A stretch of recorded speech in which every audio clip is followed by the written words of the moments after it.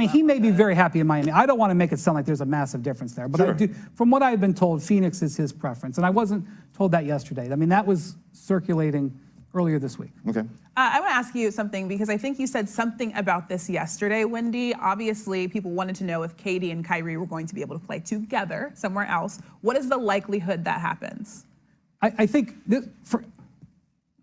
I know what you're getting. I know what you're pulling me towards. Okay?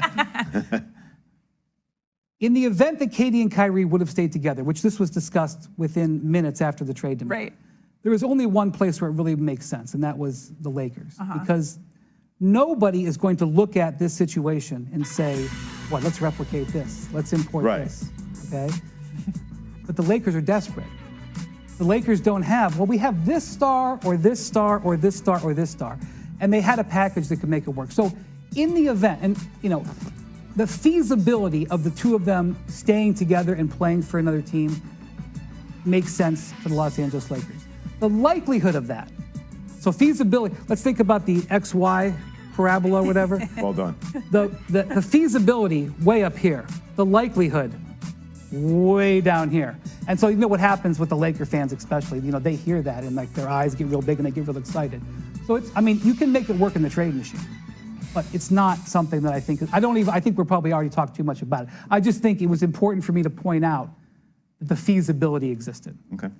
Okay, I want to talk about Kyrie, though, because one of the things that was on his wish list was the Lakers. If Kyrie goes to LA, does that make LA a title contender? I mean, he's a top 5 player in the NBA, and I know that we can put all of this other stuff aside, and it's kind of hard to do that when you are talking about Kyrie Irving and all that comes with him because you don't know what he's going to do on a day-to-day basis. But does he make the Lakers title contenders? There's too many other question marks for me with this roster in order to go all in on that. And if I'm thinking if Kyrie Irving gets to LA, I think we said this earlier this week, what happens to Russ? Isn't he being traded somewhere else? Like, when we're talking about the feasibility of those two playing together somewhere, Kyrie Irving and Kevin Durant, and you think about the Lakers, aren't you also thinking that Anthony Davis is out and Russell Westbrook's out and both of those guys are going to the Brooklyn Nets because you're swapping because of the salaries?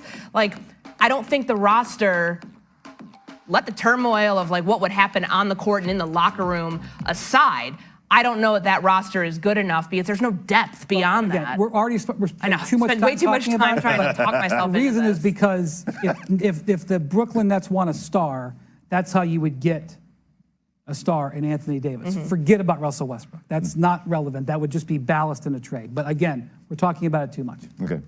He doesn't. I don't think Kyrie, at this point of his career, makes anybody a title team based on previous events. I know he's a gifted playmaker, and I don't know if he's a top 5 player. I got 7 players right now: Giannis, Steph, KD, LeBron, Jokic, Embiid. I take over Kyrie Irving that are less of a pain in the you-know-what than that guy from that standpoint. So I don't think he makes anybody a title team because everything that comes with him.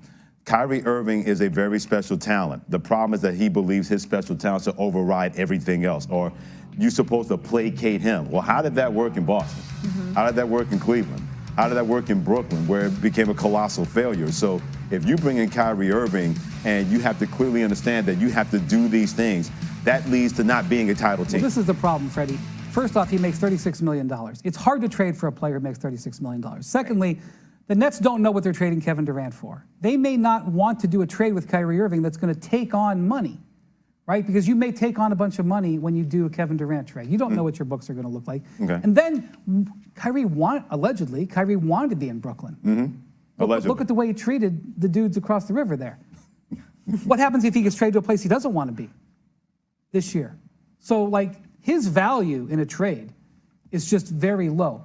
Difficulty to trade for him, very high. Again, you know, we're looking at the crossover there. It's a very narrow thing. And when you run that simulation over and over, you keep getting Lakers. And so, but also, the Nets have no interest in accommodating Kyrie Irving. They have no interest in doing it. So if there comes up maybe a 3-team trade or a 4-team trade to get the Nets satisfied what they want, to get them maybe a star, to take draft picks that they might get from Phoenix and reroute them someplace else, or take this guy, 4-team trade.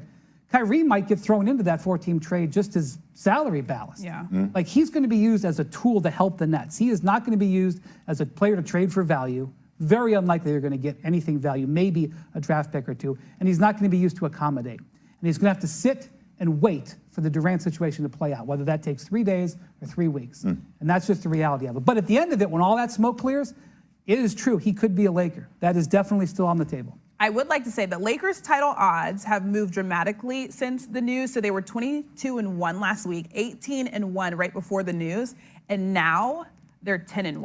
And I know, Wendy, I listened to your podcast, and I know you said something about how sports books, they kind of they know something's going on over there. They know something because they always Their have. batting They average always, is getting very good. Yeah. So it's more So the pay attention bettors. to that. Yeah. People are putting money in, and the books are reacting. Yep. The But sharps are the- coming in. Somebody knew that Paolo Banchero, Yeah. because the books reacted before it became known. Right. And earlier this week, when I was hearing, boy, KD, if he asks for a trade, wants to go to Phoenix, I was looking at the odds, and Phoenix's odds were going down, and I was like, Something's somebody's happening. talking. Somebody Yes. knows something. something's going on there. All right, Wendy, I think you're Wow. leaving us. Good working with you.